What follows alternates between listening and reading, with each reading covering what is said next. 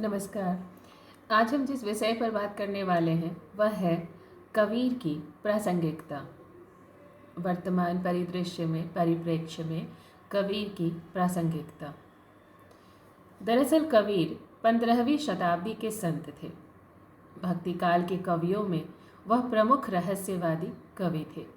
उनके दोहे सुनने वाले लिख लेते थे या कंठस्थ कर लेते थे।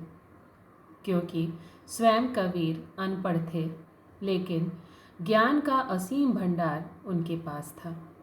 उन्होंने खुद कहा, मसी कागज गहियो नहीं, कलम नहीं छोयो हाथ। सिख धर्म पर उनका प्रभाव स्पष्ट झलकता है। उनका पालन पोषण एक मुस्लिम जुलाहा परिवार में हुआ था।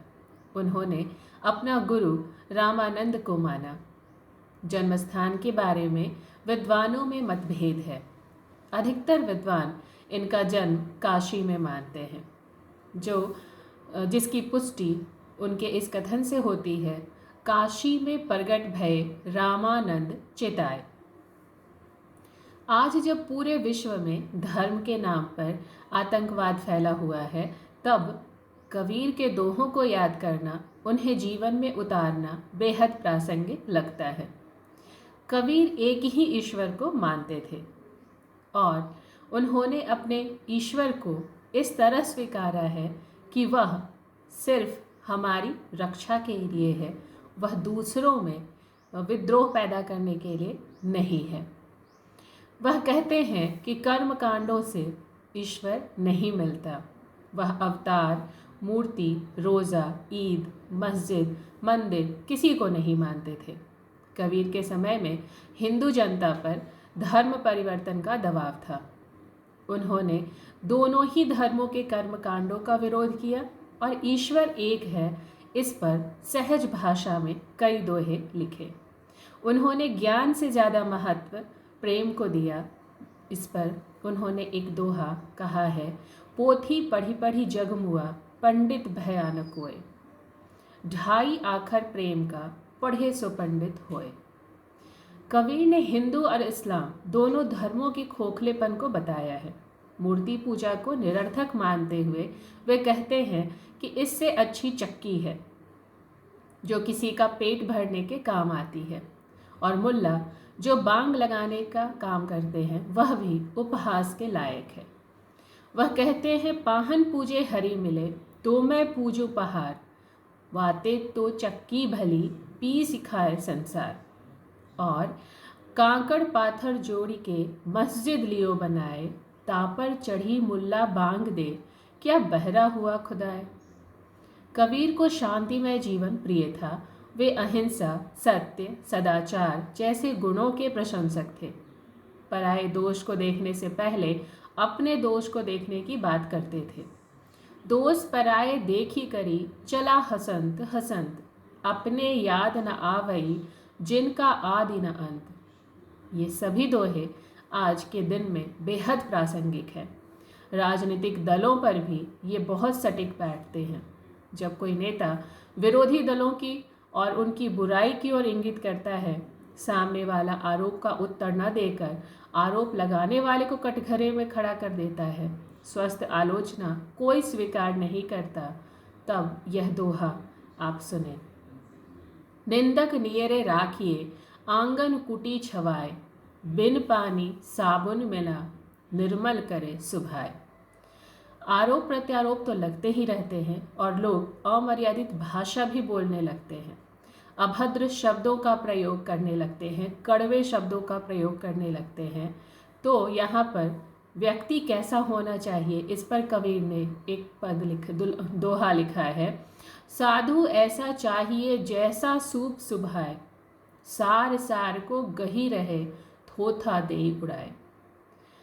वहीं अपनी वाणी बोली पर उन्होंने दोहा जो कहा है, बोली एक अनमोल है, जो कोई बोले जानी, हिये तराजू तौली के, तब मुख बाहर आनी। वह कहते हैं कि तौल कर बोलना चाहिए। वह साधु के बारे में कहते हैं, जात पात के बारे में कहते हैं, जाति न पूछो साधु की, पूछ लीजिए ज्ञान, मोल करो तरवार का, पड़ा रहन दो मयान। कबीर जाति प्रथा को नहीं मानते थे। उन्होंने स्पष्ट किया है कि जाति से ज़्यादा गुण की कीमत होनी चाहिए। वह समझाना चाहते हैं कि अति का भला न बोलना, अति की भली न चुप, अति का भला न बरसना, अति की भली न धूप। किसी भी चीज़ की अति स्वीकार्य नहीं होती है। किसी का ओहदे या आकार में बड़ा होना महत्वपूर्ण भी नहीं है, महत्वपूर्ण है उसकी उपयोगिता।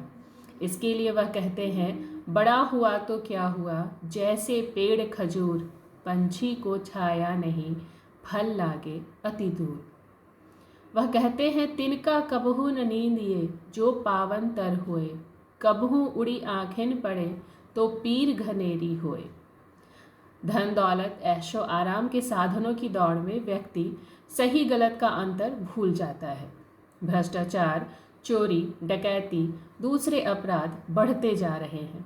कबीर धन का महत्व मानते हैं, पर बस इतना कि साईं इतना दीजिए, जामे कुटुंब समाए, मैं भी भूखा ना रहूं, साधु न भूखा जाए।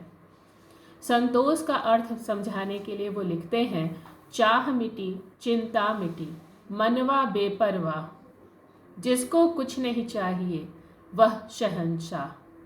महत्वाकांक्षी होना गलत नहीं है, पर उसके लिए एक अंधी दौड़ में लगकर अपना सुख चैन गंवाना सही नहीं है, क्योंकि सब काम अपने समय से होते हैं।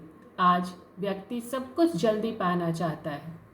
वह कहते हैं कबीर, धीरे धीरे रे मना, धीरे सब कुछ होए, माली सींचे 100 घड़ा, ऋतु आए फल होए। कबीर के जन्म को लेकर भी कई लोगों ने तरह तरह की बातें फैलाई और इसी के आधार पर कहा कि यही कारण है कि वह जाति प्रथा को नहीं मानते थे। बाद में कबीर के ज्ञान को समझने और अपनाने वाले लोग उन्हें समझने लगे और इस बात को स्वीकार करने लगे कि कबीर अपने ज्ञान की वजह से सर्वश्रेष्ठ हैं। उनकी मान्यता थी कि कर्म के अनुसार गति मिलती है, किसी भी व्यक्ति के बाहरी स्वरूप के कारण नहीं। और यह मान्यता आज हम सब स्वीकार करते हैं। सांप्रदायिकता, जिसके खिलाफ कबीर ने बहुत कुछ लिखा, आज हम सभी जानते हैं कि यह हमारे जीवन पर चहुं ओर व्याप्त जो जड़ता है, अराजकता है, इन सब पर कहीं न कहीं यह सांप्रदायिकता का प्रभाव है। व्यवस्था के विरुद्ध जो क्रांति का शंखनाद कबीर ने उठाया था, छोड़ा था, वह क्रांति का शंखनाद आज हम सबको प्रासंगिक प्रतीत होता है, क्योंकि कबीर का कालजयी व्यक्तित्व एक ज्योतिपुंज के समान है। कबीर आजीवन अथक प्रयासों से समाज का मार्गदर्शन करते रहे। उन्होंने समाज सुधार का कार्य भी किया, साथ ही साथ अपनी गृहस्थी भी चलाई। वह लोक लाज के लिए अपने माता पिता के द्वारा त्यागे गए और एक दूसरे माता पिता के द्वारा पालित पोषित हुए। आजीवन संघर्ष करके उन्होंने कई दोहे लिखे, कई दोहे उन्होंने रचे जो उनके शिष्यों ने लिखे। उनके अनुसार आम आदमी की जो जिंदगी है वह दूसरे निर्धारित करते हैं और उस निर्धारण में कई बार धर्मनिरपेक्षता या लोकतांत्रिकता नहीं होती। भारत के लिए आदर्श समाज की रूपरेखा कबीर के दोहों में मिलती है।